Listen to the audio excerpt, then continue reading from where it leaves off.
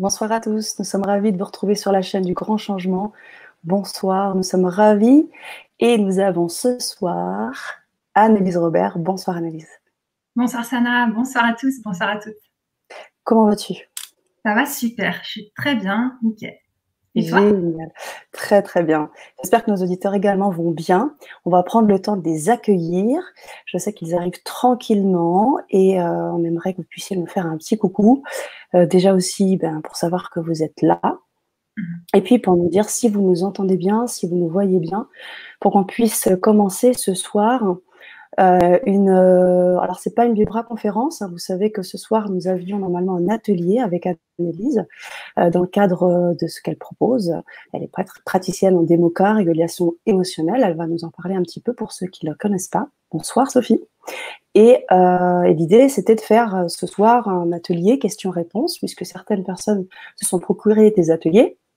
Et l'idée, c'était de pouvoir faire un retour individuel sur cette soirée-là. Et puis, comme on a l'habitude de faire sur LGC, c'est de vous proposer une chance supplémentaire de connaître Annelise, si vous ne la connaissez pas, et de pouvoir suivre cet atelier en notre compagnie et pourquoi pas aussi prendre des séances avec elle. Donc, tu vas nous en parler un peu ce soir, tu vas te représenter, on va vraiment faire le point. Et puis, on a plein de bonsoirs. Nathalie, Catherine, Léna, Linette, Linda, avec des cœurs, c'est génial, regarde, je te les poste. Super. Génial, hein? Ouais. Voilà, images et son OK, nous dit Léna. Super, tout est OK, super, super, super. Ah répondez-moi, dites-moi si vous connaissez Annelise Robert.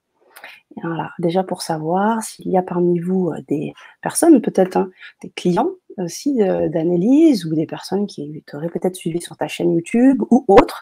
Et puis pour ceux qui ne la connaissent pas, faites-nous savoir pour qu'on puisse aussi faire cette transition. Yes, nous dit Sophie. Ok, ça marche. Génial, la voix du corps, j'adore ça. Sophie Riboulet, c'est ma collègue. Oui, Sophie Riboulet, exactement. Génial. Non, nous dit Linette, je ne connais pas Annelise Robert, très bien. Super, super. Alors ce soir, on va vous laisser... Ok, Nathalie non plus, ne connaît pas Annelise Robert. Ce soir, on va vous laisser cette occasion. On va prendre une vingtaine de minutes ensemble pour revenir sur les points phares. Tu as eu déjà 2 vibra-conférences parce que tu as participé au sommet d'LGC. Et puis, il y a peut-être 2 semaines de cela, tu as fait une vibra-conférence autour de ce que tu pratiques. Donc, tu es praticienne en régulation émotionnelle, en démoca, la déprogrammation. Et chaque jour, voilà, tu reçois tes clients. Et l'idée, c'était de pouvoir aussi travailler autour de ce que l'émotion, en fait, qui fait partie de choses, qui fait partie de notre quotidien et comment on se débrouille, on se dépatouille avec tout ça.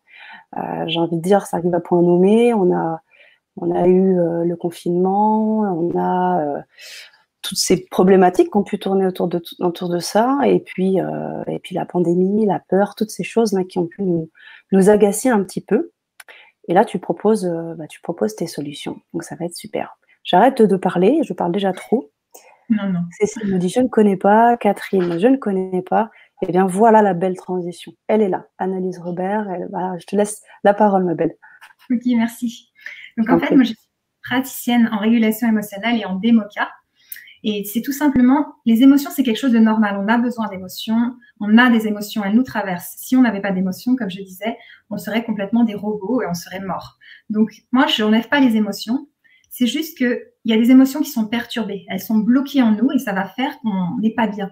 On est crispé, on est stressé, on n'arrive pas à parler en public, on n'arrive pas à passer un entretien d'embauche, à prendre l'avion alors qu'on voudrait voyager, mais c'est pas possible, on a trop peur. Ou alors on a peur de conduire, on a peur des araignées, on a des blocages ou alors des traumatismes qui viennent du passé et qui ressurgissent comme des flashs, des gros flashs comme ça, et on a l'impression de revivre le traumatisme. On a l'impression qu'on est en danger vraiment maintenant, alors qu'il se passe rien. Et on va plaquer nos traumatismes sur le présent. Et le problème, c'est qu'après, on n'arrive pas à vivre un beau présent parce qu'on est complètement pris par tout le passé. Donc moi, mon travail, c'est de, en fait, attirer les personnes qui ont besoin de régler des perturbations émotionnelles. Pour savoir si c'en est une, par exemple, vous vous dites, est-ce que je suis en train de fuir? Est-ce que je suis en train d'être inhibée? Est-ce que je suis en train d'avoir un comportement agressif? Ou bien de prendre le contrôle sur les autres? Ça, c'est des signaux qui nous montrent que là, on n'est pas libre, on n'est pas nous, nous-mêmes, notre âme, on n'est pas du tout nous, on est juste en train de réagir, en fait. C'est de la réaction émotionnelle. Et à ce moment-là, eh ben, on n'est pas bien, ça criste, c'est désagréable, et on se dit pourquoi j'ai dit ça, et pourquoi je suis partie, et pourquoi j'ai pas osé faire enfin ce discours, etc. Donc, c'est un peu ça mon travail, tout simplement accompagner les personnes qui souffrent avec leurs émotions. Je dirais que une émotion, des fois, c'est douloureux. Il y a une différence entre la douleur, c'est hop, j'ai mal et après voilà, et la souffrance qui va durer. Donc l'indice, c'est un peu de regarder si ça dure, ça me met mal, ça revient, j'y pense tout le temps. Là, c'est vraiment des indicateurs qu'il y a besoin d'une régulation émotionnelle ou d'une démoca. Et la démoca, on peut aussi partir sur des symptômes physiques. Par exemple, quelqu'un qui a la migraine, on va démarrer une séance par rapport à ses migraines. Donc c'est assez large, comme il y a plein d'indications pour la démoca. Donc voilà, petit résumé. Merci pour ta présentation. J'aimerais en savoir un peu plus sur la démoca parce que ce sont des sigles. Est-ce que tu pourrais nous expliquer à quoi cela correspond et dans quel cadre bien précis tu appliques cette technique? Ouais. Alors la démoca, c'est la déprogrammation par les mouvements oculaires. Donc les mouvements oculaires, ça va être des mouvements comme ça en fait que vous allez suivre avec les yeux très vite. Ça ressemble à l'EMDR.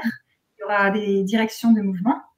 Et puis il y aura du tapping. Donc le tapping, ça va être des petits bruits comme ça, comme ça. On va faire ça sur les mains. On fait sur soi ou sur sur soi-même? Ouais, comme je travaille par téléphone, enfin par Zoom.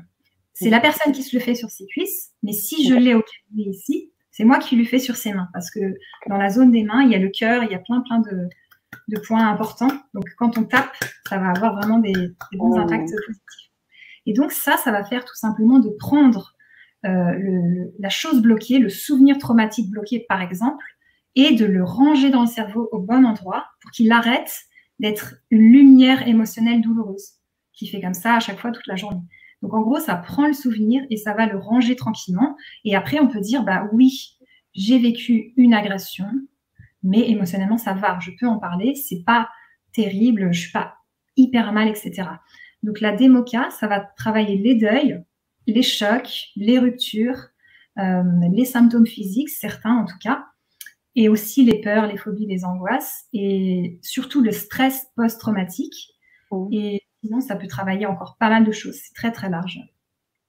Les gens qui ont de la guerre, par exemple, qui sont traumatisés par la guerre, les gens qui ont vécu les attentats, ou des gens qui ont vécu des maltraitances. Par exemple, ils ont vu leurs frères se faire maltraiter, mais eux n'étaient pas maltraités, mais ils l'ont vu.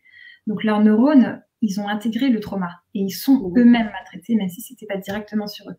Donc, ça va permettre de rendre la liberté à la personne, qu'elle puisse prendre son passé et le mettre juste au bon endroit, rangé dans le cerveau tranquille, et de pouvoir vivre son présent joyeux, tranquille, et sans être impacté par le passé.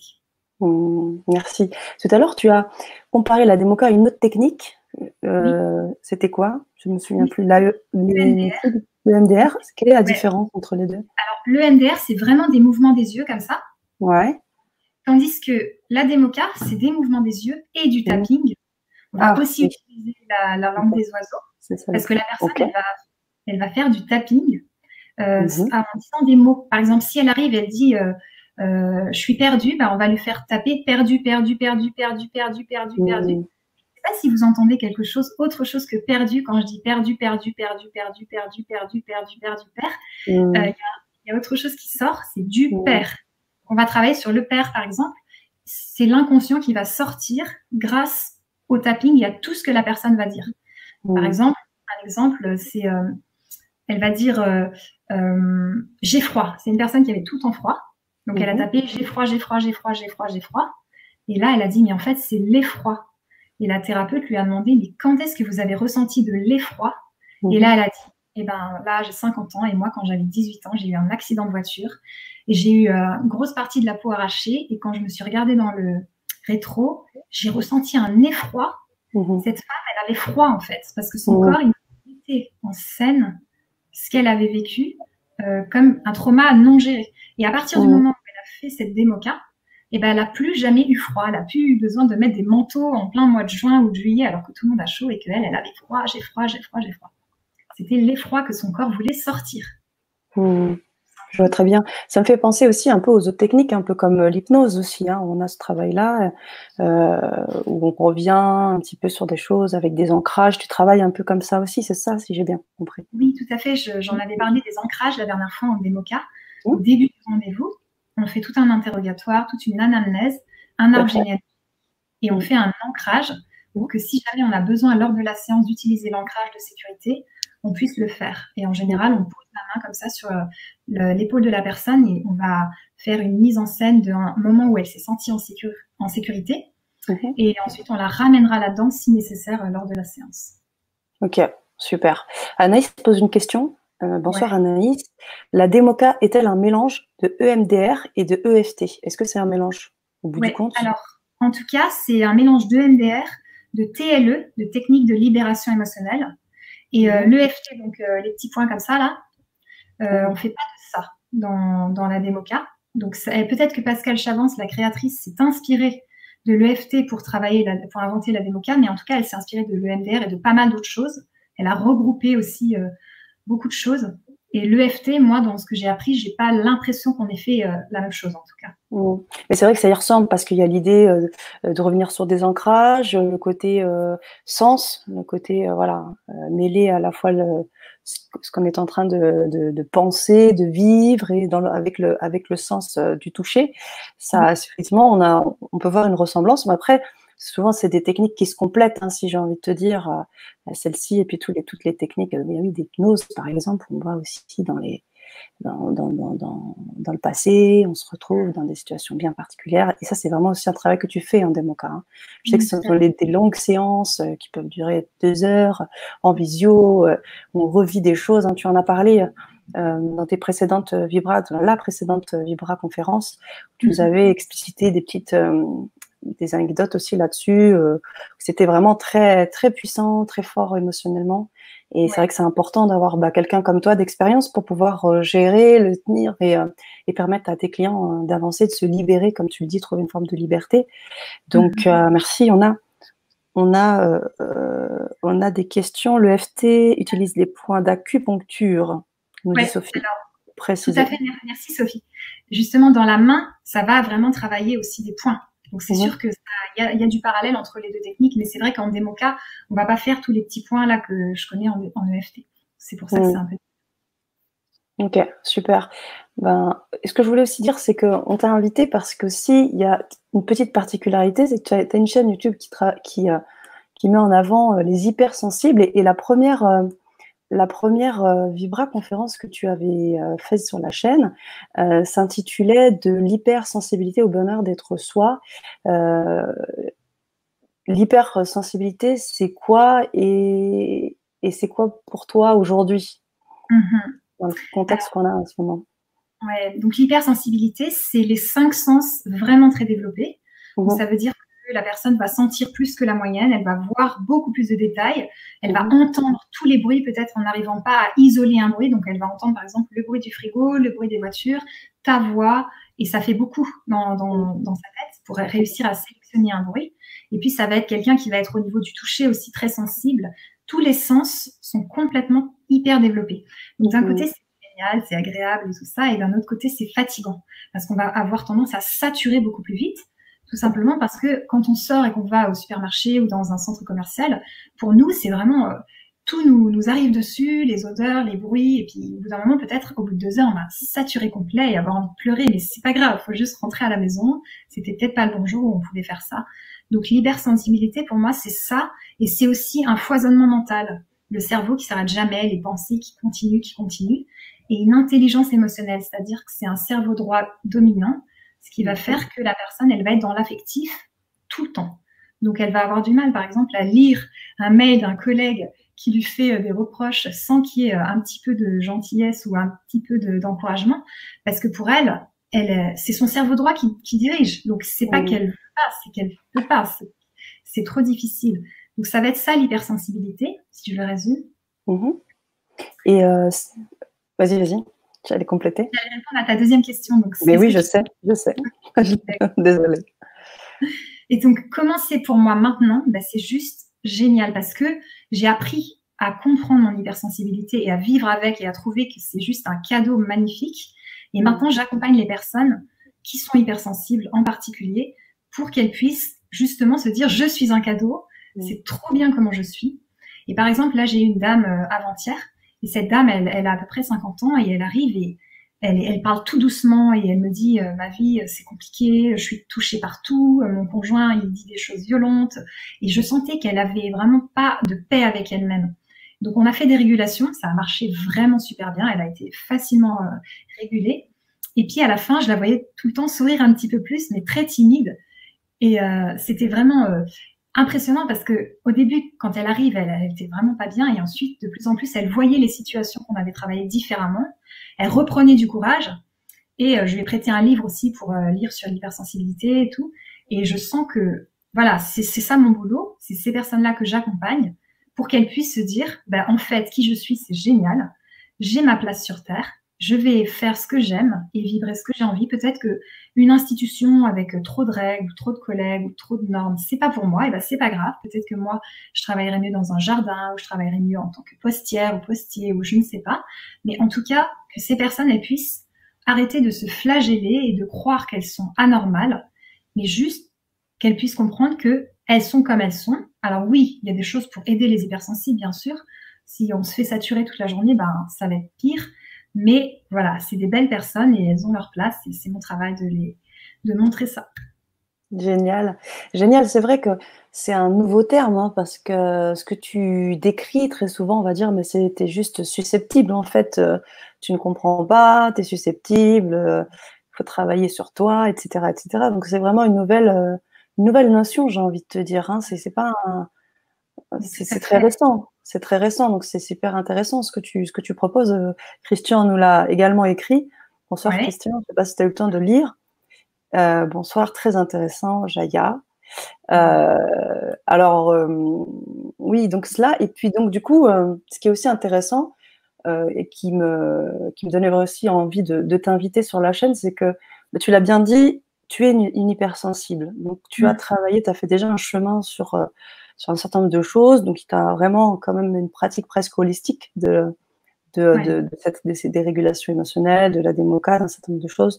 Tu es tout le temps en train de te former, tu évolues beaucoup, et c'est vraiment quelque chose de très, très, très important. Je pense que encore plus maintenant, parce que si on étoffe un peu plus, ben, j'ai parlé du contexte tout à l'heure, mais aussi on remarque qu'on avance beaucoup spirituellement avec la 5D, avec un certain nombre de choses qui nous dépassent, hein, avec les plans, etc., etc., où au bout du compte, ce qui fait foi quand on parle d'énergie, etc., on n'est plus véritablement dans le mental, on est pleinement dans notre sensibilité. Alors, tu penses pas je pense qu'on va tous développer cette hypersensibilité à terme, ou, enfin, tu vois, je sais pas.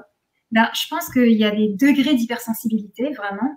Et on n'est pas là tous pour la même chose. Si on n'était que des hypersensibles, ça serait aussi compliqué pour certaines choses parce qu'il y a des métiers qui demandent, par exemple, pompiers ou médecins, qui demandent justement que la personne, elle soit peut-être pas hypersensible. Et il y en a sûrement des hypersensibles qui font leur travail vraiment très bien.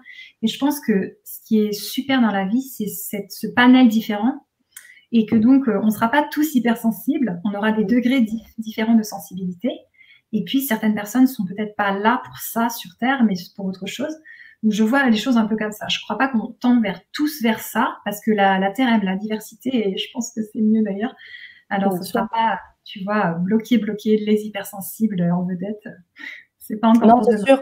Mais je me dis quand même, avec tout ce qui se développe, toutes ces choses, on est de plus en plus ancré sur l'écoute de notre corps, de qu'est-ce qui se passe, on vit des expériences, il y a quoi, il y a 5 ou 7 ans, dire que je suis guérisseur, ou je suis médium, ou je fais ceci, cela, on était réduit, on se moquait, quoi.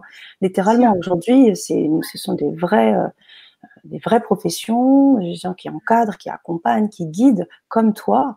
Donc, c'est quand même, ça veut dire aussi qu'il y a quelque chose qui, je dirais, qui se crée ou qui se révèle de plus en plus avec, comme je disais, hein, tout cet attrait aussi à la spiritualité, l'ésotérisme, toutes ces choses. Je pense que progressivement, tout le monde pourrait peut-être se retrouver un peu dans ce que tu dis. Oui, il y a aussi un retour dans le corps. Tu vois, avant, ouais, un retour dans le corps. Avant, c'était le mental, sois sage, et tout. Et là, on est en train de revenir dans l'écoute du corps et vraiment d'écouter ses sensations. Et la régulation émotionnelle, c'est exactement ça. C'est-à-dire qu'il y a une mémoire sensorielle, c'est un groupe de sensations qui est bloqué dans le corps. Elle est bloquée. Donc, il faut qu'elle puisse s'évaporer, s'en aller définitivement. Et pour ça, il y a besoin de retourner dans le corps. Donc, il y a des personnes, c'est difficile pour elles, et c'est pour ça que moi, j'accompagne les gens là-dedans. Et en Démoca, c'est pareil. On va écouter le corps. Et notre corps, c'est notre première maison. C'est juste lui qui va nous soigner et nous guérir. Mais pour ça, il faut accepter d'aller dedans et de ressentir ces choses qu'on n'a pas envie de ressentir parce qu'on a peur. Mais c'est justement en ressentant cette peur, parce que cette peur, c'est une émotion, et cette émotion, c'est des sensations physiques en dessous, en fait. Donc, c'est des sensations physiques. Il y a besoin de les ressentir une dernière fois, je dirais. C'est un peu comme on doit repasser dans le trauma pour... en Démoca, on repasse dans le trauma pour le régler. En régulation émotionnelle, c'est encore différent. On repasse dans des sensations physiques. Donc, c'est même pas le trauma. C'est vraiment encore plus en dessous. C'est encore moins, entre guillemets, difficile. C'est vraiment juste, OK, par exemple, j'ai peur, c'est la cata et tout. Mais dans le corps, ça fait quoi? Ça chauffe, ça fourmille et ça crispe un peu. Voilà, c'est tout. Vous n'êtes pas en train de ressentir votre peur de mourir. Là, on entend émotionnel et sensation. C'est différent. Et la régulation émotionnelle, en fait, on prend l'émotion et on part dans les sensations, dessous. Et en Démoca, on va faire un peu tout. Émotion, sensation, mental. On fait les trois. Tandis qu'en régulation émotionnelle, on fait, OK, vous avez un problème, vous me le racontez, c'est mental. Vous le ressentez, c'est voilà, émotionnel, c'est aussi dans le mental émotionnel. Et hop, sensation, on descend. Dernier étage. Et hop, c'est beaucoup plus réglable facilement. Ok. Bah, si je comprends bien, en fait, la régulation émotionnelle t'apprend à accueillir tes émotions, en fait. À les accueillir, à les accepter et ensuite à les dépasser. Ouais. Les laisser partir. En fait, tu ne fais rien. Tu laisses faire ton corps. La phrase de la praticienne en régulation, c'est laisse évoluer tes sensations, laisse faire tes sensations. Et on répète ça à longueur de temps parce que c'est pas simple de laisser faire un truc désagréable, ou parfois pas désagréable d'ailleurs, mais une fois qu'on accompagne la personne et qu'elle laisse faire, et ben au bout de, je sais pas, par exemple 15 minutes, on fait plusieurs fois, et ben on va lui dire, ok, donc cette fois où votre collègue vous a humilié, là, qu'il a dit en pleine réunion que vous étiez vraiment raté et que votre dossier c'était du grand n'importe quoi. Maintenant, quand vous ressentez cette situation, comment ça va? Et là, la personne, elle nous dit, bah franchement ça va, ça me paraît loin en fait, et puis je me dis pourquoi je me suis mis dans un état pareil, au final c'est lui qui a des problèmes, mais la personne au bout de 15 minutes elle ressent plus la situation du tout comme avant, donc le résultat il est direct. Ça je trouve que c'est impressionnant, c'est le corps qui l'a fait, accompagné par la praticienne, parce que voilà, nous on aide, on fait la transition, et puis à la fin la personne elle sort du rendez-vous par téléphone ou en vrai, et elle ne voit plus la chose comme avant, elle ne se sent plus coupable, elle ne se sent plus mal. Donc c'est juste génial. C'est pas 10 ans de thérapie, etc. Tu vois, c'est rapide. Oui, bien sûr, c'est du gain de temps énorme. Et du coup, alors, il y en a une question, et ça pourrait être le cas d'un de tes clients, Anaïs, qui nous dit, dans toutes ces approches thérapeutiques, on nous demande toujours d'oublier le mental et de passer par le corps. Mais en ce qui me concerne, je ne ressens rien au niveau du corps. Comment tu fais Alors, ce cas-là? Je ne vais pas oublier le mental. Le mental, je le prends avec. Mais je vais l'occuper. Par exemple, si la personne elle est très mentale, je vais lui faire l'occuper. Et ça, pour les hypersensibles, c'est vraiment un protocole que j'ai inventé.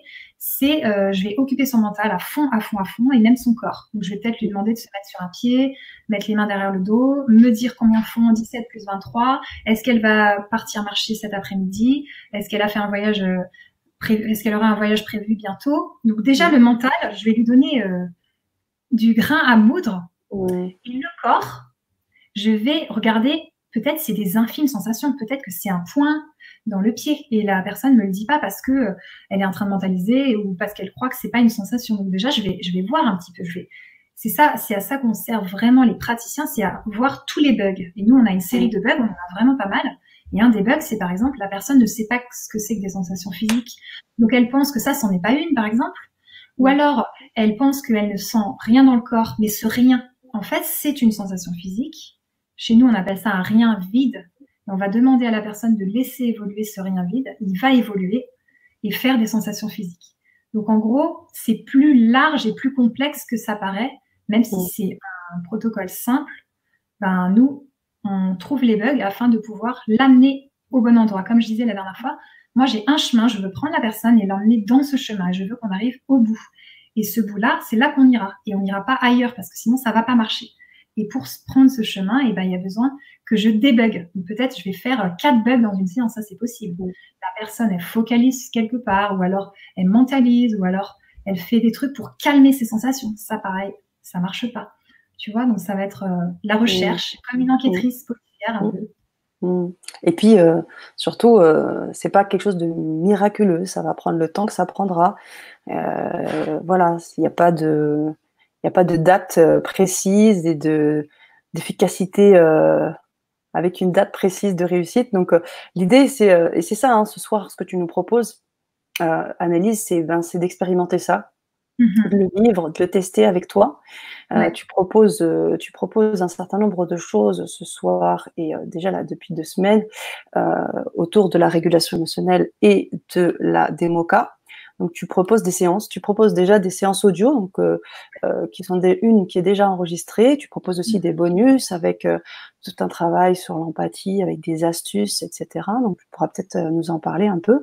Et aussi tu proposes une séance de démoca pour les personnes qui se sentent un intérêt parce que à un moment donné ça parle et que vous voulez aussi tester, voir ce que c'est qu'une séance de démoca. Vous pourrez aussi le faire avec Annelise. Est-ce que tu pourrais nous rappeler un petit peu ce que tu proposes autour, parce que je sais que tu as été très généreuse sur ce contenu. Déjà, tu as bien voulu baisser tes tarifs qui ne sont pas du tout les tarifs que tu appliques en séance. Vraiment, c'est l'occasion pour vous, en fait, hein, j'ai envie de vous dire, de vous lancer dans cette expérience. Et puis, tu proposes des bonus en plus de ces séances. Donc voilà, je te laisse peut-être en parler.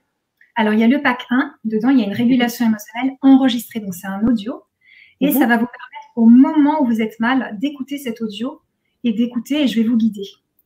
Et il y a aussi un audio exprès. Enfin, dedans, il y a un moment qui est exprès pour les hypersensibles. Donc, c'est le protocole de la régulation que j'ai inventé, exprès pour les hypersensibles. Donc, ça vous montre un petit peu ce que c'est qu'une régulation. Après, en séance, c'est différent parce que, évidemment, là, je vous fais un audio. Moi, je ne peux pas vous faire une séance, vous n'êtes pas avec moi, vous ne me répondez pas. Donc, les bugs, par exemple, je ne peux pas les attraper. Mais au moins, ça vous permet déjà de tester la régulation et bien souvent que ça marche, c'est-à-dire que vous allez vous sentir mieux. Ça, c'est la régulation, donc le pack 1. Et dedans, il y a encore 3 bonus. Il y a j'augmente l'amour de moi-même. Oui, c'est ça.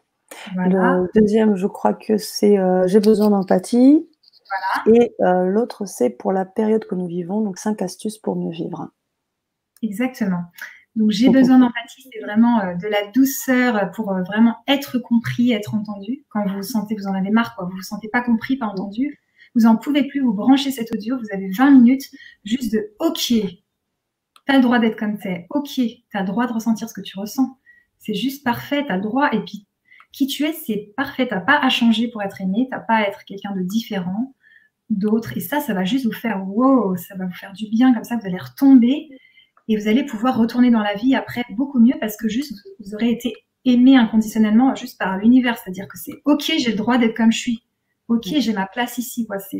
C'est juste net, précis et il n'y a pas à chercher à discuter tout ça. Donc ça, c'est un truc qui me tient à cœur, l'empathie. C'est pour ça que j'ai fait des petites vidéos très courtes, 1, 2 et 3 minutes d'empathie sur ma chaîne YouTube. Et celle-là, c'est un gros, quoi. C'est les 20 minutes, je mets beaucoup de cœur et tout. Et donc, voilà, ça, c'est le pack 1. Et puis, alors, sur le pack 2, on a aussi donc, une séance de démoca. Ouais, alors, il faut savoir qu'une séance de démoca avec toi, c'est 80 €. Donc là, je crois que là, on est largement en dessous des tarifs que tu proposes. On est à 49 €. Alors, ça, je sais que ça ne va pas durer. Profitez-en. Et c'est pour vous, chers auditeurs de la JGC. Et on sait que l'importance aussi, parce que vous êtes des personnes curieuses, des personnes qui ont aussi envie de trouver des choses qui les conviennent. Donc, je pense sincèrement que je vous invite en tous les cas à suivre ces séances-là et un tarif qui sera aussi intéressant pour vous. Donc 49 € et vous pourrez donc avoir une séance avec Annelise avec des bonus aussi. Hein, si je me souviens bien, encore 3 autres bonus. Si je vois bien, donc on a de l'hypersensibilité au bonheur d'être soi. Donc là, tu vas revenir dessus. Kit de survie pour la société actuelle avec 4 astuces et j'augmente l'amour pour les autres. Est-ce que tu peux nous en parler? Tout à fait. Donc, j'augmente l'amour pour les autres. C'est un peu quand on se sent fermé, crispé, en colère et qu'on a l'impression de ne pas ressentir d'amour pour les autres. Je me suis basée sur cette idée. Il y a d'abord l'amour de soi-même et puis ensuite l'amour pour les autres. Donc, dans la vidéo, l'audio, l'amour pour les autres, je vais quand même parler de l'amour de soi-même parce que tant qu'on ne s'aime pas soi-même, ça va être difficile de pouvoir aimer les autres parce que ça va choquer avec nous. On va avoir l'impression que c'est pas juste. Il y aura des sentiments de jalousie, des choses comme ça. Donc, ça commence par soi et l'amour, il s'ouvre après pour les autres. Ça, c'est cet audio-là. Et ensuite, les astuces pour la société actuelle, c'est vraiment large. Donc, ça va parler confinement, mais pas que du tout. Ça peut parler aussi de n'importe quelle difficulté de la société actuelle. Et ça va être des astuces pour mieux vivre ce moment, à ce moment-là, de comment on en est en ce moment. Et le troisième, c'est de l'hypersensibilité au bonheur d'être soi. C'est ça. Ouais. Donc ça, en gros, j'ai fait ma conférence de l'hypersensibilité au bonheur d'être soi, qui me tenait beaucoup à cœur pour parler à un max de gens des hypersensibles et que les gens puissent se retrouver, aller mieux et juste peut-être éviter le suicide, juste faire la paix avec eux-mêmes et tout ça. Et voilà, j'avais encore plein de trucs à dire, j'en ai encore plein et j'ai voulu faire cet audio pour justement de l'hypersensibilité. Donc déjà, il faut le savoir, se dire, ok, je suis hypersensible et tout, au bonheur d'être soi. Donc, comment on arrive de l'un à l'autre, parce que c'était ça mon chemin dans la conférence. Donc là, je vous ai expliqué, donc, ok, je suis hypersensible, mais comment je peux être super bien, super heureux de vivre tout ça et tout, et comment ma vie peut devenir, waouh, juste un bouquet de fleurs et c'est épanoui et c'est parfait. Donc, c'est ça dont ça parle, et puis ça vous fera vraiment du bien, je pense. Ouais, c'est super sympa. Un bon gros travail réalisé par Annelise et surtout pour nous, pour la chaîne, pour les auditeurs du Grand Changement. Donc vraiment, merci. Et surtout, si vous avez des questions, moi j'aimerais savoir, alors vous avez bien rebondi sur les différences, essayer de comprendre ce qu'était ta pratique. Et si vous avez des questions à poser sur Annelise Robert, et si vous avez des choses qui sont peut-être restées encore flou. Faites-nous part de cela avec vos questions. Et ce soir, on a effectivement parlé des bonus, et puis surtout, on a l'atelier. Donc ce soir, c'est le cas. On a un atelier juste après, puisqu'on a des personnes sur LGC qui se sont procurées et qui vont sûrement nous rejoindre très vite après. On va basculer sur le lien privé. Et donc, vous pouvez nous rejoindre. Donc déjà, en vous procurant ne serait-ce que le pack donc, de régulation émotionnelle, le pack 1, vous pourrez avoir directement le lien de l'atelier et vous pourrez nous rejoindre en live ce soir. Voilà. Sachez aussi que tout ce travail est en replay, donc tout ce que vous allez faire c'est sur l'atelier, tout ce que vous allez entendre, eh bien vous pourrez le réentendre puisque vous l'aurez en replay et à vie. Tout ça, c'est à vie. On vous offre directement les bonus audio et on vous offre ce soir l'atelier avec Annelise Robert. On a Anaïs qui essaye d'étayer un peu plus, qui me dit « Quand je vis une agression émotionnelle, je me tétanise. J'ai le cerveau vide, je ne suis plus capable de penser et de monter un argumentaire pour défendre mes intérêts. Et du coup, je me fais lyncher. » Tout à fait.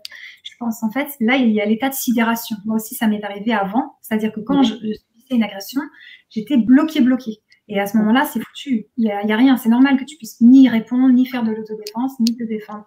Donc là, c'est vraiment là où la régulation émotionnelle, et la démoca aussi d'ailleurs, elle va te permettre de ne plus être bloqué dans des sensations physiques qui font que tu es comme mort, tu sais, comme les animaux là qui bloquent et qui se figent. Et à partir du moment où on a travaillé ça, et bien là, c'est la deuxième étape, et ça, je le fais aussi parce que moi, j'adore l'autodéfense, c'est l'enseignement de l'autodéfense pour apprendre à poser tes limites, à dire les choses clairement, avec des limites vraiment très précises, et que l'autre, il va sentir que là, ta limite, elle est là, et il ne va pas franchir. Plus tu vas en faire, moins tu auras besoin de poser tes limites, puisqu'il va le sentir. Donc voilà, là, je vois vraiment les étapes. Il y a d'abord la régulation, enfin la thérapie, et ensuite, apprendre à se défendre. Mais je comprends tout à fait que tu puisses te sentir tétanisée. Donc voilà, Anaïs, on t'encourage en tous les cas, si tu le souhaites, peut-être partager avec nous, nous suivre sur l'atelier et pouvoir aussi avancer sur ce terrain, parce que c'est sûr que c'est quand même quelque chose qui peut nous pourrir la vie au bout du compte et nous empêcher d'être nous-mêmes. Tu parlais du bonheur d'être soi, ça nous empêche d'être nous-mêmes parce que on sait qu'on va avoir ces craintes et puis ça se mêle avec un certain nombre de choses, du manque de confiance, les syndromes de l'imposteur et compagnie. Et donc, au bout du compte, ça nous empêche d'avancer. Donc, c'est sûr que ces techniques sont vraiment essentielles, c'est sûr.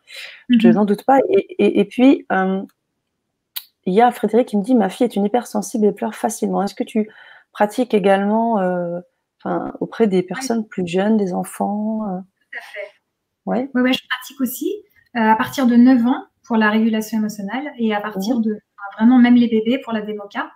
Ça marche avec la maman qui va aider ou un parent. Donc voilà. Mais après, quand on est hypersensible, ça dépend, il y a un panel.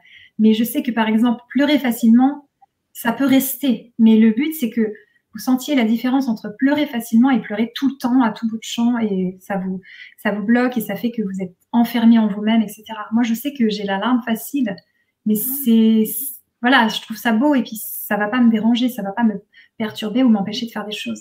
Après, si je pleurais dès que je me sens mal, ça va être compliqué dans la vie de tout le temps être là-dedans en mode on me dit un truc, je pleure, on me fait un truc, je pleure. Et j'ai pu être comme ça, mais ça, c'est régulé, quoi. C'est-à-dire que je ressens plus d'être touchée à tout bout de champ par tout le temps. C'est clair. Mais oui, c'est ça. Et puis du coup, tu reçois aussi des personnes qui ont peut-être déjà essayé un suivi psychothérapie et autres, ou des personnes qui ont des pathologies particulières ou des dépressions, des choses comme ça. Tu les traites aussi? Oui, tout à fait. Tout à fait. L'important, c'est que la personne soit vraiment dans une démarche pour elle-même de se prendre en main. Et à partir de là, j'accompagne les personnes. Et ça marche aussi pour certaines personnes qui ont des pathologies psychiatriques et tout. Il faut juste, voilà, on essaye, on voit où la personne en est, et on va faire, je vais m'adapter à elle. C'est-à-dire que s'il y a quelque chose qui passe pas, je vais faire autrement. Je vais peut-être pas lui poser les questions de la même façon. Et je vais utiliser des choses différentes. Par exemple, avec des personnes handicapées, je vais peut-être pas utiliser la régulation émotionnelle si elles sont très handicapées parce que, voilà, je sais pas trop, les sensations, elles me les disent pas parce qu'elles parlent pas, tout ça. Mais je vais utiliser la démoca. Tu vois, je vais faire autrement, quoi. Voilà, parce que ça marche même sur les bébés, la démoca, le tapping, ça peut permettre à un bébé d'arrêter de pleurer, de s'endormir et tout. Waouh. Oui, c'est magique, c'est vraiment génial. Tout simplement, ça va faire que il y a quelque chose de perturbé qui va se ranger bien et puis l'enfant, il va se t'apaiser. Ouais. Waouh, c'est fou. C'est vraiment fou. Frédéric nous dit que sa fille a 13 ans et elle pleure devant des films et quand elle s'exprime pour se défendre. Ouais. Alors moi aussi, je pleure devant des films. Voilà. Après, quand elle s'exprime pour se défendre, encore une fois, c'est apprendre à se défendre. Donc, on en revient à la question d'avant, j'ai l'impression. C'est-à-dire que si je suis sidérée et que voilà, la personne, elle m'envoie un gros pic, moi je suis sidérée, ça bloque. Donc sidération, ça veut dire je bouge plus, je peux plus rien faire, c'est inhibition. Et puis à ce moment-là, je peux pas me défendre déjà parce que je sais pas me défendre. En tant que fille, souvent on n'a pas trop appris à se défendre, donc c'est pas un apprentissage très très fort chez les femmes malheureusement, mais ça changera. Et puis en gros c'est ça, je dirais à peu près. Ok. Merci. Donc là, on pourrait très bien inviter Frédéric à te consulter et à peut-être faire l'expérience auprès de sa fille, voir aussi ce qui pourrait l'aider. Effectivement. Surtout, je pense à quelque chose là, c'est que d'une part, souvent je vois les parents avant les enfants, parce que des fois, on peut aussi travailler sur qu'est-ce que ça fait, moi, Frédéric, de voir ma fille qui pleure quand elle s'exprime pour se défendre. Je me sens impuissant. Ok, donnez-moi une situation où vous êtes impuissant, où vous vous sentez impuissant. Et quand j'avais, il y a genre 2 ans, j'étais face à mon frère et là, il m'a dit des gros mots et j'ai rien pu faire. Ok, fermez les yeux. Donc en gros, des fois, l'enfant, parce que les enfants, c'est un peu ils expriment les problèmes des parents, entre guillemets, et ça permet aux parents de les régler. C'est parfois le cas. Et dans ce cas-là, on peut voir qu'est-ce que ça fait aux parents que son enfant soit comme ça. Et peut-être qu'une fois que ça, c'est traité, Frédéric, il aura plus de problème avec le fait que sa fille est hypersensible, ce qui fait que sa fille, elle va se développer dans tout son potentiel et elle aura aussi plein d'autres choses magnifiques à montrer. Et puis, le problème sera réglé. Je vous donne un exemple. J'ai une cliente qui me contacte parce que sa fille de 3 ans a peur des abeilles. Et donc, voilà, c'est la cata et tout. Et elle me dit, est-ce que vous pouvez réguler ma fille de 3 ans? Et je lui dis, oui, je vais la réguler, mais je vais aussi réguler vous. Donc, on fait ça par téléphone, en visio. Donc, la petite, c'est trop marrant. Elle y met du cœur et tout, mais on sent que, voilà. À la fin, elle me dit non, mais j'ai encore peur des abeilles. Hein. Un peu genre, je garde mon truc et tout. Et ensuite, je dis à la maman, qu'est-ce que ça vous fait de voir votre petite avoir peur des abeilles? Et là, elle dit, je me sens impuissante. Je me sens impuissante, je peux rien faire, quoi, parce que ma fille, elle a peur, et puis je sais pas quoi faire et tout. Et là, je lui demande, ok, donc, quand est-ce que vous êtes sentie impuissante?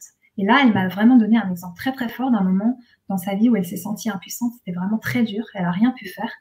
Et donc, on a traité ça. Et à partir de ce moment-là, j'ai jamais réentendu. J'en ai reparlé avec elle. Elle a dit oui, c'est passé, ma fille. Donc sa fille, elle matérialisait en fait l'impuissance que la maman avait à réguler. Waouh, c'est fou, c'est fou. Je vais continuer avec Adem et je tiens à m'excuser. Il y a un post que je n'avais pas lu et je crois qu'Adem n'était pas très content que je ne l'ai pas lu. Vous savez, les mails passent, enfin les commentaires passent et parfois effectivement on peut passer à côté. Alors non, je n'ai pas zappé du tout. C'est juste que voilà. Alors on avait une question concernant l'hypersensibilité.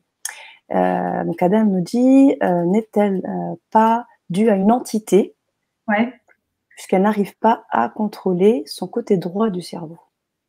Est-ce que tu as une réponse là-dessus? Est-ce que tu sais qui c'est elle dans la question? C'est la petite fille d'avant là ou bien c'est l'entité ou je ne sais pas, l'hypersensibilité n'est pas-elle tendue, je pense, à une entité, puisque elle n'arrive pas à contrôler son côté droit. Peut-être la personne qui... je ne sais pas. Donc, voilà. Adem cherche à comprendre quelles sont les causes de ces blocages. Ouais. Voilà. Le truc, en fait, c'est que c'est à la naissance. Moi, je sais que tout de suite, les médecins, ils m'ont vu à 2-3 ans et ils ont dit cette petite fille est très sensible. Donc, voilà, je pense que c'est quelque chose qui vient très vite. Après, ça varie dans la vie. Ça varie vraiment et tout ça. Mais je ne pense pas que c'est lié à une entité parce que des soins énergétiques, j'en ai déjà fait pas mal et la personne, elle m'a dit j'avais pas d'entité. Donc, je pense pas que tous les hypersensibles aient une entité sur eux qui ferait qu'ils sont hypersensibles. Il paraît que les jumeaux, quand ils naissent, il y en a un qui va être cerveau droit et l'autre cerveau gauche, comme pour se compléter. Donc, j'imagine juste qu'il y a de la place pour tout le monde et que c'est intéressant qu'il y ait des cerveaux droits qui soient dans l'affectif et puis qu'il y ait des cerveaux gauches qui soient dans le rationnel et le concret pour nous ramener un petit peu les pieds sur terre, pour nous faire un peu bouger quand on est en crise de larmes et quand on a l'impression que le monde est horrible et tout. Donc, à mon avis, c'est juste important qu'il y ait de tout et j'ai pas l'impression qu'il y ait une entité. Super. Merci Annelise pour ta réponse. Et encore désolée Adem. C'était vraiment pas conscient de ma part. Alors, on a d'autres questions ou d'autres remarques. Nanda qui dit « Je vis la même chose qu'Anaïs et j'ai la peur de parler devant plusieurs personnes, je perds mes moyens. » Ouais, ça c'est vraiment intéressant. Moi, j'avais peur de parler en public et là, plus j'avance, plus j'arrive à le faire. Et je pense qu'il y a 2 paramètres. Le premier, c'est la régulation émotionnelle ou la démoca, c'est-à-dire ne plus être bloqué. Parce qu'il y a une peur qui est bloquante, qui fait qu'on ne peut rien faire. C'est juste, il y a une caméra qui arrive, on part en courant. C'est je ne veux pas, je ne peux pas, c'est impossible pour moi. Et il y a une peur qui est adrénaline, c'est-à-dire que, en fait, ça va nous pousser vers le haut et ça va faire qu'on ose. Donc, il faut faire la différence entre les deux. Et puis ensuite, le deuxième versant, à partir du moment où vous avez traité en régulation émotionnelle votre difficulté et que donc vous n'êtes plus dans un blocage qui fait que c'est vraiment bloqué, à partir de là, la deuxième étape, c'est l'entraînement. C'est-à-dire que plus vous allez le faire, plus vous allez arriver à le faire et plus, en fait, vous allez avoir l'impression que c'est pas si difficile et que vous arrivez à le gérer et vous vous améliorez et tout ça. Donc, pour la peur de parler en public, pour moi, il y a vraiment 2 panels. D'abord, on traite et ensuite, on s'entraîne. Super. Alors, je suis en train de mettre le lien pour pouvoir mettre en lien avec toi, notamment pour les bonus, les régulations émotionnelles, la démoca. Donc, j'ai mis déjà les 2 liens pour une séance, pour avoir donc le pack 1, la séance audio de régulation émotionnelle et les 3 bonus. J'ai également mis le lien pour une séance de démoca qui est un tarif complètement cassé ce soir pour nous, pour voir une séance avec toi de démoca. Je vais également mettre le 3e lien, vous pouvez avoir les 2.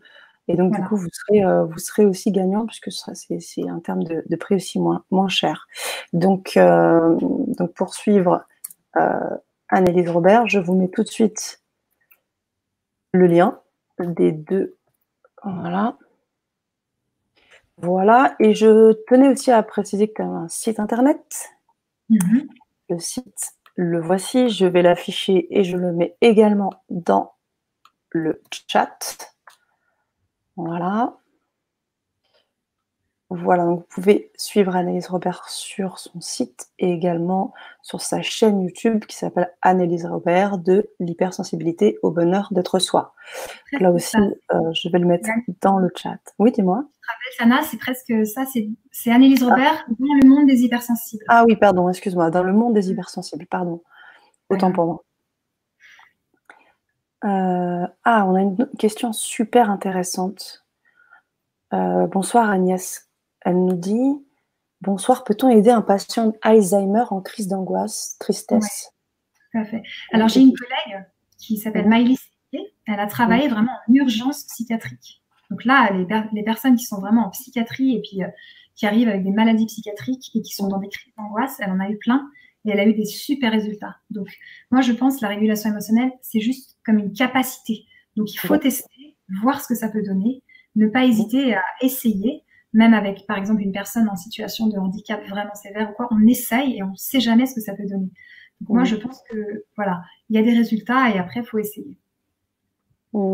Super. Ok. Et Adem nous disait, alors, elle, c'était en fait le cas que tu citais tout à l'heure. Alors, je m'en souviens plus, hein, je te cache pas, mais le cas qu'on était en train de mettre en évidence, donc du coup, il voulait rebondir dessus. Mais c'est toujours ça aussi, hein, le décalage avec les commentaires, parfois, il peut y avoir un temps et du coup, après, on passe à autre chose. Donc, c'est vrai que, voilà, mais Adem nous propose aussi, cela peut être une transmission génétique de la mère à l'enfant avec les énergies ou le stress, ou les stress. Ouais. Alors oui, on peut imaginer ça, mais encore une fois, moi je reviens sur le fait que l'hypersensibilité, c'est aussi un cadeau et c'est aussi une force. Donc je ne vois pas trop ça comme la mère aurait été stressée et que donc son enfant est hypersensible. Je pense plutôt que les hypersensibles, ils ont un rôle à jouer sur la Terre et quelque chose à faire. Et après, ils ont à le faire de la meilleure des façons et avec ce que eux ils sentent qu'ils ont à faire.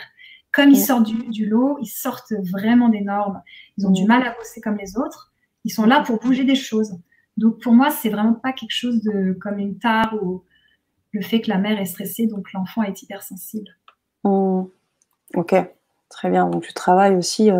Ce qui est important, c'est tout le travail aussi fait sur l'autonomie aussi de la personne que tu accompagnes et justement d'essayer de se détacher. C'est vrai il peut y avoir des choses qui sont dues à une forme d'égrégore familial ou de choses comme ça. Après, ce qui est intéressant de ton côté, c'est aussi que tu amènes la personne à se recentrer sur ses propres énergies à elle, sur ce qu'elle vit elle, et à partir de là, de déplacer pour mieux se connaître, en fait, hein, tout simplement, hein, mieux savoir ce qui se passe dans notre machine. C'est ça, et le stress, les égrégores, les transmissions transgénérationnelles, tout ça, c'est tout le monde qui a à les traiter.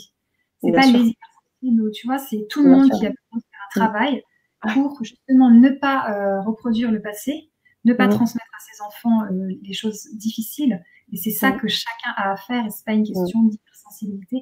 Par contre, les hypersensibles, ils ont clairement dans leur famille une mission de secouer, là on secoue sous les tapis, et ça c'est clair, moi je l'ai eu, et puis je sais que beaucoup de personnes m'en parlent. Donc c'est vrai que ça peut être épuisant parfois, parce que on a l'impression que c'est immense ce qu'on va devoir accomplir pour pouvoir justement faire que tout le monde aille mieux, des secrets de famille soient sortis, soient expulsés, soient dits, que les gens puissent retrouver des liens d'amour, que l'amour il circule en haut avec les parents et en bas avec les enfants.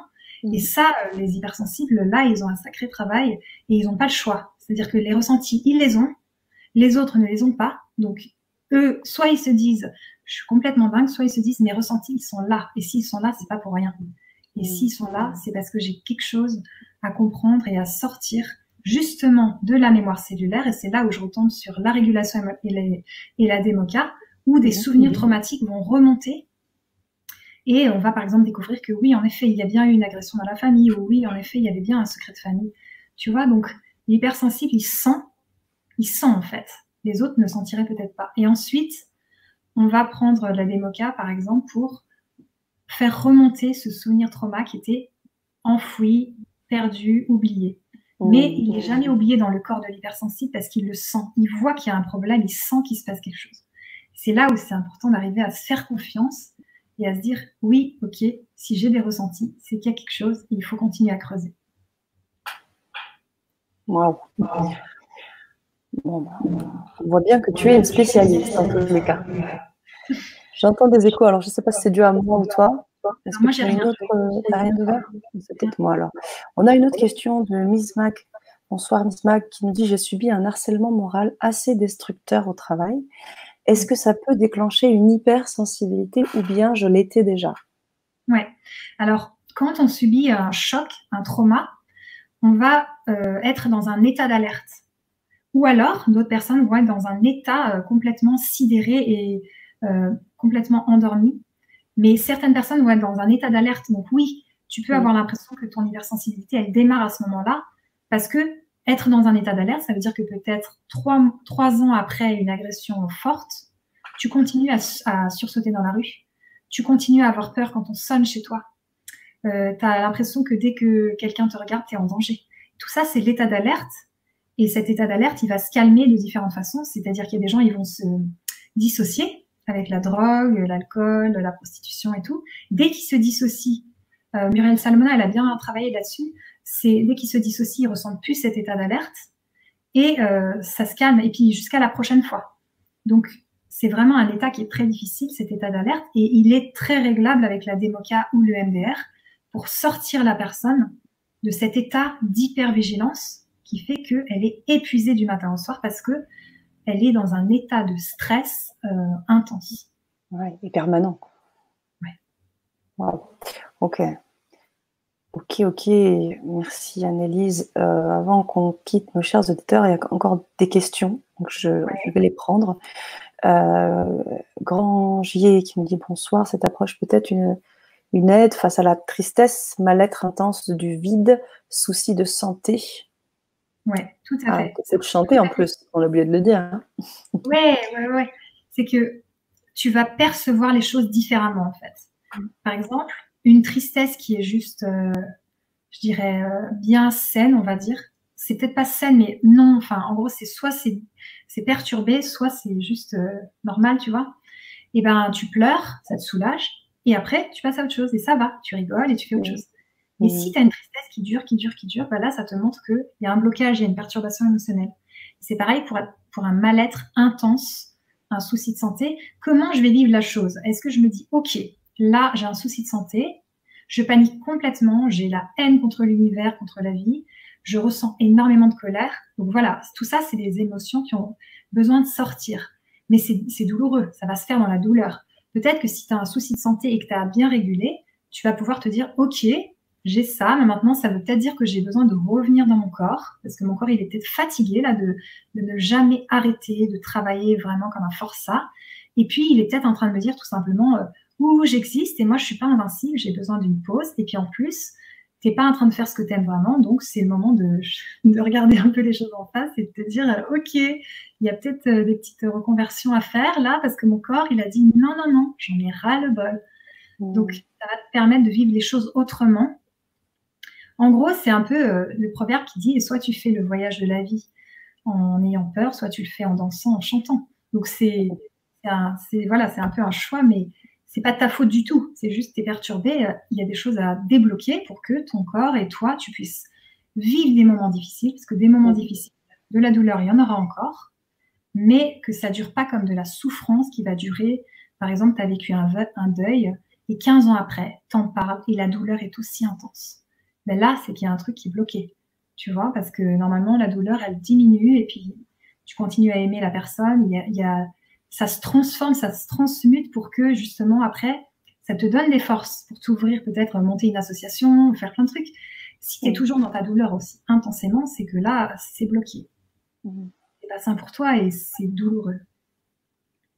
Ok. Merci, Annelise. Frédéric me dit, pour ma fille, je lui dis que pleurer fait ressortir les émotions plutôt que de les cumuler dans son corps. Tout à fait. Ouais, mais ça, c'est juste... à la maman. Ouais. C'est juste tellement important de laisser les hypersensibles pleurer Juste de dire, ok, je te sens triste, mais tu as le droit de pleurer, tu as le droit d'être comme t'es et tout. Et c'est pas parce qu'il pleure qu'il n'est pas solide ou qu'il va pas rebondir derrière. Ça n'a aucun rapport. Mais les émotions, c'est fait pour sortir. Elles ont à être traversées, on les vit, puis ensuite ça passe. Si vous bloquez, c'est simple, hein, vous bloquez, ça va se mettre dans le corps et ça peut créer des maladies à certains endroits. Donc oui, en effet, c'est super Frédéric, comme tu fais avec ta fille, quand tu lui dis que pleurer, c'est juste naturel. D'ailleurs, c'est naturel. Pourquoi on irait empêcher le corps de pleurer? C'est comme si on empêchait les cheveux de pousser ou qu'on disait non, je veux pas que ça fasse ça dans mon corps, je veux pas que mes reins ils fassent leur travail de reins et tout ça. C'est juste, voilà, tu pleures parce que tu as la chance de pouvoir pleurer et de sortir les choses pour que ça puisse appartenir au passé. Donc, chez les hypersensibles, à fond, pleurer s'ils en ont besoin, c'est vraiment important. C'est très juste ce que tu dis. Ça me rappelle un temps que j'ai passé avec Tal Scheller qui nous expliquait exactement la même chose que toi. Qui disait qu'effectivement, il fallait lâcher parce que les enfants, jusqu'à 3 ans, ils n'ont aucun blocage au niveau des émotions. Donc, s'ils ont envie de pleurer, ils pleurent, ils crient, ils veulent faire des choses, ils le font. Il n'y a pas de barrière qui dit non, je ne vais pas le faire. Et c'est vraiment très juste. Donc, en fait, faut tout simplement se reconnecter avec qui on est en tant qu'humain, quoi. Et on se rajoute des choses sur les épaules et ça nous embête, ça nous empêche d'avancer. Après, c'est pas de notre faute, c'est des choses qui arrivent, des traumas, etc. Des fois, c'est les autres aussi qui nous amènent à subir ce genre de choses. Mais ce qui est bien, c'est que tu proposes des vraies solutions, un vrai accompagnement avec de la compréhension, de l'écoute. Et puis moi, je tiens aussi à ce qui me porte, c'est de savoir aussi que tu l'es. Tu vois, tu es aussi hypersensible, que tu travailles là-dessus. Donc il y a un côté un peu holistique, un côté j'ai expérimenté sur moi, je me suis formée, je suis formatrice, tu fais des formations aussi, et puis praticienne. Donc voilà, tu connais ton domaine, tu le vis, tu le sens, et tu veux apporter le meilleur aux autres. Et ça c'est des intervenants comme ça qu'on veut sur la chaîne. Donc merci Annelise en tout cas. Et je me permets de lire le post de Granger qui dit « Je viens de prendre la séance en espérant que les pleurs ne sortent plus. » C'est exactement ce dont je voulais parler. Enfin, en tout cas, moi, je parle de « les pleurs ne sortent plus ». Je suis convaincue que la dépression, c'est aussi le fait de ne plus arriver à pleurer. C'est-à-dire qu'on a besoin de pleurer, de sortir les choses. Et moi, je sais que j'ai une période, je n'ai pas pleuré pendant 5 ans. C'était vraiment une cata. Donc, en gros, de bloquer, quand on se dit « je pleure devant le prof, ça ne le fait pas, je pleure devant mon ami, ça ne le fait pas », on bloque parce qu'on est hypersensible et on se dit c'est pas normal que je pleure autant, personne me dit que je suis normale, j'ai l'impression que j'ai un problème, bon, maintenant je vais apprendre. Clac, à chaque fois que je pleure, je bloque. Et ça, surtout, ne le faites pas parce qu'après vous pleurez plus pendant des années et ça vous conduit justement à des sentiments de dépression et des choses comme ça. Et à mon avis, le fait de pleurer, c'est juste pile ce qu'il faut pour que ça puisse s'évacuer, sortir comme ça a besoin de sortir. Donc voilà, je voulais rajouter ça. Super, merci. Merci beaucoup Annelise pour ce temps qui devait normalement prendre quelques minutes et on voulait vraiment vous accompagner ce soir tous. Donc on a pris ce temps de vous accueillir, d'écouter, de partager, de co-créer puisque un certain nombre de personnes étaient là présentes. Je vais en profiter pour revenir sur un post, celui d'Alexandra. Je pense qu'elle vient de nous rejoindre puisqu'elle nous pose une question que j'ai posée, je crois, un peu plus haut. Bonsoir, quelle est la différence entre la DEMOCA et le MDR? Est-ce que tu pourrais peut-être revenir rapidement dessus? Et moi, en attendant, je vous remets les liens. Pour suivre Annelise. D'accord. Donc, en fait, le MDR, ça va être des mouvements des yeux, donc des mouvements oculaires. Donc, tu vas suivre le feutre et faire ça. Tandis que la DEMOCA, ça va être aussi des mouvements des yeux, mais il va y avoir du tapping. Donc, le tapping, ça va se faire comme ça, sur les mains de la personne, ou bien elle va se le faire elle-même sur ses genoux, et ça va faire du bruit. Donc, la DEMOCA, c'est la déprogrammation par les mouvements oculaires, kinesthésiques, donc c'est le fait de toucher, et auditif, c'est le bruit. Et ça, plus le fait qu'on va travailler l'inconscient, avec tous les mots qu'on va sortir, donc l'inconscient va vraiment sortir. C'est impressionnant ce qui sort. Enfin, tu contrôles rien. La DEMOCA, ça part dans tous les sens dans la séance et à la fin, on arrive à un résultat immense. La personne, elle a peut-être travaillé 5 traumas et peut-être encore plus dans une séance et elle va être portée dans plein d'endroits. Donc, c'est une technique de libération émotionnelle pour trouver une liberté intérieure. Au bout d'une séance, déjà, il y a des résultats. La personne, elle se sent plus légère, moins de lourdeur, quelque chose de beaucoup plus doux. elle se sent libérée d'un poids. Donc la démoca, je dirais que c'est hyper complet. C'est quelque chose de vraiment vaste. Tandis que le MDR, pour moi, c'est des mouvements des yeux. Et j'en ai fait, ça m'a beaucoup aidé. C'est aussi pour ça que je me suis formée à la démoca. C'est parce que je trouve déjà que le MDR, c'est génial. Et la démoca, c'est encore plus grand. Super. Merci beaucoup. Et je ne suis pas la seule à te remercier. Regarde. Génial. Merci. Gilles te remercie, Frédéric aussi, avec un bisou et un cœur. Et bien, on va finir avec Anaïs qui nous dit « Je n'arrive pas à trouver l'énergie de me défendre. L'énergie de me défendre quand on m'agresse. Je me suis complètement isolée et désocialisée. Je n'arrive qu'à fuir les agressions. » Ouais. Et ça, je comprends tellement. Et si ton moyen pour le moment, c'est de fuir les agressions, et ben voilà, c'est tout à fait correct. Et l'idée, c'est de te remettre dans toi ce qui te fait vibrer, qu'est-ce qui te donne du bien, avec qui tu as envie d'être, peut-être justement des hypersensibles super doux, faire des activités toutes tranquilles et tout. Et puis, te resocialiser de cette façon, donc en te désisolant, mais d'une façon douce, peut-être avec des animaux, peut-être avec des personnes handicapées que tu pourrais aider. Et justement, à partir de là, tu vas remonter en vibration, tu vas te sentir mieux et tu vas reprendre ta place parce que tu es importante, tu étais là pour être dans ta place grande en fait. Et à ce moment-là, tu vas dégager autre chose qui va faire que tu vas moins vivre des gens qui dépassent tes limites parce qu'ils sentent que ton énergie, elle est déployée. Et donc, ton problème va se régler doucement. Et puis ensuite, les quelques personnes qui resteront, ça te fera presque rire de poser tes défenses parce qu'avant, c'était tout le temps. Et là, tu vas voir que c'est plus du tout le temps. Et bien sûr, se former à l'autodéfense, c'est aussi quelque chose, comme je disais, que je propose. C'est important parce que c'est pas facile quand on n'a pas appris à dire quelque chose, à rétorquer, à dire et tout ça. Donc, il y a besoin d'une formation. Mais moi, je viserais pas, faut que j'apprenne à me défendre, faut que j'apprenne à me défendre. Je viserais plutôt, ok, qu'est-ce qui, moi, me fait du bien? Qu'est-ce qui me plaît dans la vie? Qu'est-ce qui m'amène de la douceur? Et d'aller vers ça. Et l'autodéfense, tu laisses, quoi, et on verra derrière, en fait. Merci, Annelise. Et alors, je disais que j'en allais finir, mais j'ai encore un poste, et puis on va basculer pour les personnes qui sont déjà avec nous, qui attendent l'atelier. Donc, c'est Grangier donc, qui a pris une séance là ce soir avec toi, et là, cette envie de pouvoir dépasser ces blocages, voilà, puisque elle arrive à rien, donc en ce moment c'est un peu compliqué, elle aimerait s'aimer plus, s'occuper d'elle-même, donc j'imagine que tout ce que tu proposes amène ce genre de déblocage.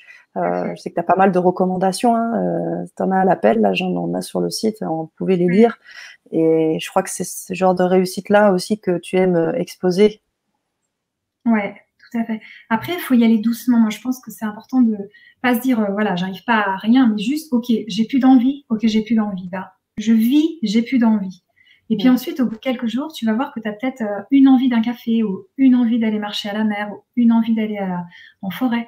Ça va revenir. C'est-à-dire que ton corps, là, ton esprit, tout est crevé, c'est épuisé, il en peut plus.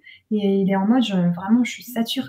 Donc, l'idée, c'est de, genre, ok, accepter ce sentiment et puis laisser émerger ce qui pourrait sortir et voir ensuite qu'est-ce qui sort et aller vers ça, vers ce qui, toi, te plaît, ce qui te donne de la joie, ce qui te donne envie.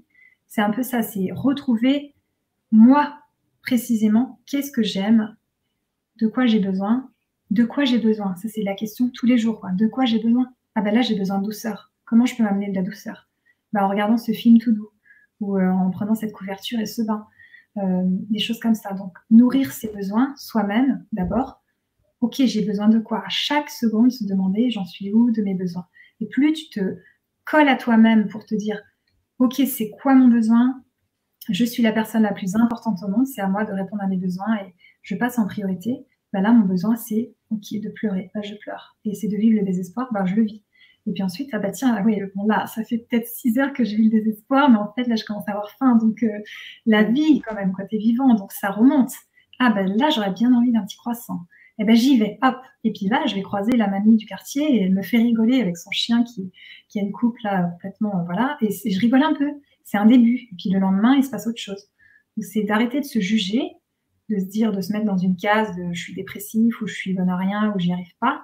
Et juste de revenir à soi et de voir, ok, moi, qu'est-ce que j'ai besoin maintenant, tout de suite, et de le faire. Ok. Génial. Miss Mag qui te remercie et Granger qui nous disait je suis comme Anaïs. Ben, on vous invite à suivre Anne-Élise dans ces séances, et vous pouvez aussi vous procurer donc le pack avec les deux, vous pourrez avoir tout de suite les bonus. Vous aurez peut-être dès ce soir, vous pouvez avoir déjà être avec Anne-Élise Robert avec une séance de régulation émotionnelle, et puis vous aurez tous les bonus vidéo. Voilà, donc on vous encourage, on vous invite à le faire. Et Léna tient à te remercier, très intéressant. Merci Sana et Anne-Élise. C'était Ouais. Anne-Élise. Alors, c'est vrai que comme je mets très souvent des bannières en dessous, on ne voit pas nos prénoms, mais voilà, vous les voyez maintenant. C'est Anne-Élise. Ah, elle a repris derrière, pardon, excuse-moi Léna. C'est moi. Désolée. Bon, bah, écoutez, alors, on n'a pas forcément envie de vous laisser, hein, je ne vous cache pas. On va devoir basculer sur l'atelier. On a déjà des personnes, des auditeurs qui nous attendent. Ce qu'on peut vous dire, c'est que vous pouvez vous procurer. Donc déjà, Gangier, si déjà vous êtes procuré une séance, c'est que vous avez déjà le lien privé pour l'atelier. Donc vous pouvez continuer l'aventure avec nous ce soir, maintenant. Donc je vous encourage normalement à regarder. Vous avez dû avoir un mail avec un lien privé. Vous cliquez sur ce lien et vous allez avoir accès à notre atelier privé ce soir avec Anne-Élise Robert. Agnès te remercie. Merci pour votre réponse. Au top, dit Sophie. Hey. On est en contact après l'achat. Oui, bien sûr que vous êtes en contact après l'achat avec Anne-Élise. Oui, oui, oui. Oui, mais si j'ai des envies, je n'arrive pas à les faire, toujours très frustrée, eh bien, vous verrez bien. Vous verrez bien, ne vous inquiétez pas, vous êtes dans de très bonnes mains. Voilà. Et puis rejoignez-nous surtout, hein. Vous allez avoir accès à ce lien privé. Chers amis, on va devoir, merci pour votre réponse, belle soirée, nous dit Alexandra. Eh bien, merci à toi, Alexandra. On va continuer, la soirée n'est pas terminée pour les auditeurs qui sont avec nous sur cet atelier. Je vous dis surtout à très vite. Je dis également merci à Annelise pour ce temps passé qui ne devait pas être aussi long normalement. Et bien sûr, à très vite sur la chaîne. Et puis, bah, rejoignez-nous sur la suite. Je te laisse la parole pour la fin. Ben, en tout cas, voilà, c'est vraiment super de prendre en main ses émotions perturbées pour aller bien, pour juste vivre son bonheur. En gros, vous imaginez pas qu'il y a dessous vous, mais sous vous, il y a quelqu'un de génial et de magnifique et il demande juste à éclore. Donc, c'est dommage de se dire, bah, ok, je vais organiser ma vie en fonction des peurs. Donc, je ne sors pas à partir de 20h parce que j'ai peur. Je ne parle pas s'il y a trop de monde dans un magasin parce que j'ai peur. Donc, voilà, moi, je vous encourage à traiter vos peurs. Je trouve que c'est vraiment tellement libérateur et vous allez juste pouvoir vous épanouir et puis accompagner aussi vos enfants. Si vous avez des enfants, ben, en étant épanouis, vous leur montrez l'exemple et eux, après, ils peuvent vraiment être au meilleur d'eux-mêmes, s'aimer, se respecter et ne pas être complètement crispés par la peur, bloqués par la peur. Voilà, donc c'est le mot de la fin pour moi. Et il est parfait. Eh bien, il y aura les petits mots de nos auditeurs aussi pour la fin. Les voici, je te laisse les lire, les visualiser. Merci. Et à tout de suite pour les autres.